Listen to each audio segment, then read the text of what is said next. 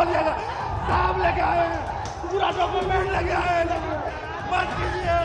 आप सरकार, आप हम लोग को लिख दिए थे, आप ही मत कीजिए। सीबीआई जांच कीजिए, जहाँ से जो जांच करना है वो जांच कीजिए, लेकिन हम लोग के साथ अन्याय मत कीजिए सर।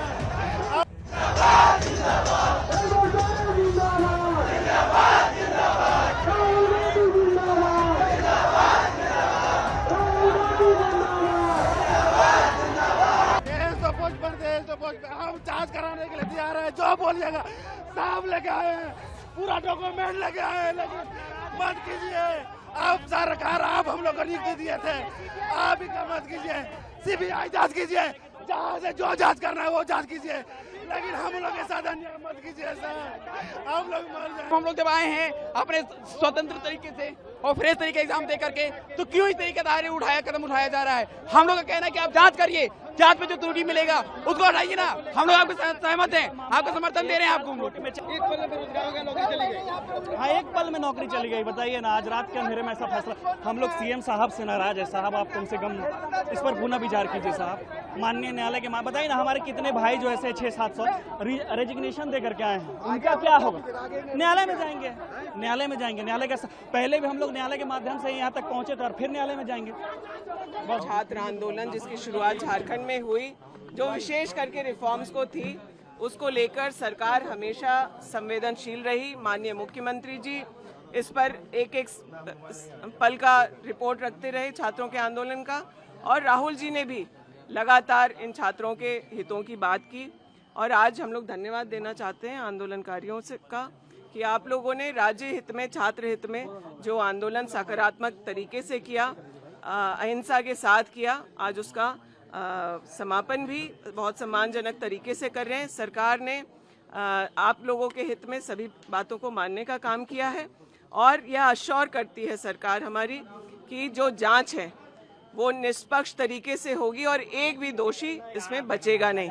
अभी हम लोग देवेंद्र जी के साथ और जयराम जी के साथ, माननीय मंत्री इरफान जी के साथ जयपाल सिंह स्टेडियम जा रहे हैं, जहां इनके और साथी आंदोलनरत हैं। वहां मंच पर उनसे जाकर के वो सामूहिक तौर पर मिलेंगे और अपने अनशन को स्थगित करने की बात रखेंगे, और चरणबद्ध तरीके से आंदोलन हो सकता है। रिफॉर्म्स को लेकर के जो बातें हैं उस पर भी माननीय मुख्यमंत्री जी ने IAS अमिताभ कौशल की अध्यक्षता में कमेटी फॉर्म करने की घोषणा कर दी है, और सभी स्टेक होल्डर्स के साथ कंसल्टेशन के साथ झारखंड का जो रिफॉर्म्स यहाँ के छात्र तय करेंगे वो बनेगा, और वो एक मॉडल होगा जिसको पूरा देश कॉपी करेगा। मैम, रिफॉर्म मंच के कुछ युवा हैं, वो कह रहे हैं कि सीबीआई जांच नहीं होगा तब तक हम। अब उनसे भी बात होगी। अब हम लोगों ने तो सब बातें मानी हैं, बात भी जिद भी उस हद तक ही होनी चाहिए जो सरकार मान सके। इन छात्रों के आंदोलन के पहले से देवेंद्र जी ने जो बातें रखी थी, CID जांच उस पर होकर के कार्रवाई शुरू हो गई थी। निष्पक्ष जांच होगा, और CBI एक भी रिजल्ट नहीं दे पाया है। पेपर लीक के 17 मामले उनके पास पेंडिंग है। देश में 2015 से 152 पेपर लीक और मैनिपुलेशन की बातें हैं। उन बातों का कोई नतीजा केंद्र की सरकार, केंद्र की एजेंसी नहीं निकाल पाई है। इसलिए हम लोग CID से समय सीमा हम लोगों ने तय किया 90 दिन में चार्जशीट फाइल करना, और साथ ही साथ फास्ट ट्रैक कोर्ट से उसका अनुसंधान करना और निर्णय लेना, यह तय हुआ है। इतना समय छात्रों को देना चाहिए। और जांच में जो भी चीजें आती है उसके अनुसार किसी भी अभ्यर्थी का अगर नाम आता है उसे बाहर करें। 6 महीने बीत गए, 7 महीने बीत गए, 8 महीने बीत गए, आवाज कीजिए। आपकी CID ने जांच करके बोला था कि एग्जाम में पेपर लीक नहीं हुआ। इसके मतलब बड़े बड़े लोग मिले हुए थे क्या? सिर्फ ये 2000 बंदे ही गुनहगार थे।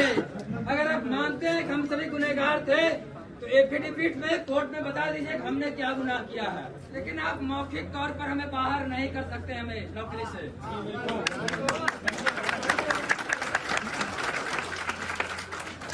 मौखिक तौर पर हमें बिना कोई वजह बताए सिर्फ आंदोलन के दबाव में आके हमें जॉब से बाहर कोई नहीं कर सकता है।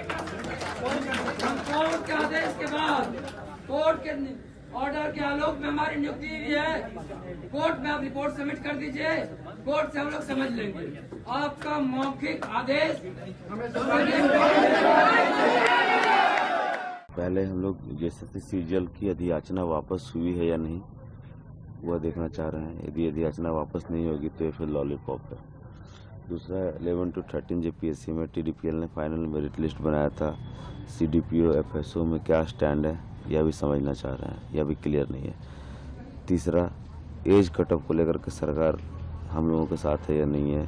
हम लोगों की मांग 2018 की थी, उस पर क्या स्टैंड है वह क्लियर नहीं है। सीबीआई जांच पे सरकार का क्या स्टैंड है, हम लोग थोड़ा वहाँ पे डाउट है सरकार के साथ। तो इन सारी बातें को जब तक सहमति नहीं बन जाती तब तक आंदोलन जारी रहेगा। हम लोगों ने डे 1 से कहा था कि जब तक आखिरी मांग नहीं मांगी जाएगी हम कहीं नहीं आने वाले। तो अभी आपका प्रदर्शन जो है, प्रोटेस्ट जो है वो कंटिन्यू रहने वाला है अभी? बिल्कुल कंटिन्यू रहने वाला है। इसके अलावा कि सरकार के प्रतिनिधि मंडल से किसी तरह की बातचीत हो पाई है अभी? नहीं, कोई बातचीत नहीं हो पाई है। कल रात में अनशन तुड़वाने दीपिका मैम और डॉक्टर इरफान अंसारी आए हुए थे। हमारे अनशनकारियों ने अनशन तोड़ने से इनकार कर दिया। तो इसके साथ साथ अगर हम बात करें तो जो प्रतिनिधि मंडल है, जिस तरीके से कल आपकी बैठक होने वाली थी वो बैठक नहीं हो पाई थी, तो क्या आगे की बैठक का कोई प्रस्ताव दिया कल जो मिनिस्टर साहब? नहीं, उन्होंने ऐसा कुछ ऑफिशियल तो नहीं कहा है, पर कहा है कि हम वार्ता करके इसको ये करेंगे।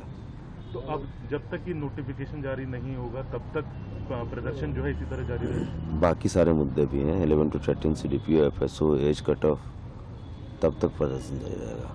सीबीआई, क्या सीबीआई जांच पर अभी तक कोई क्लैरिटी हो पाई है सरकार? नहीं, कोई क्लैरिटी नहीं है। सरकार रिटायर्ड जस्टिस न्यायिक जांच और सीआईडी जांच के पक्ष में है, जबकि हमारी मांग है कि आप न्यायिक देखरेख में सीबीआई की जांच करवा लें।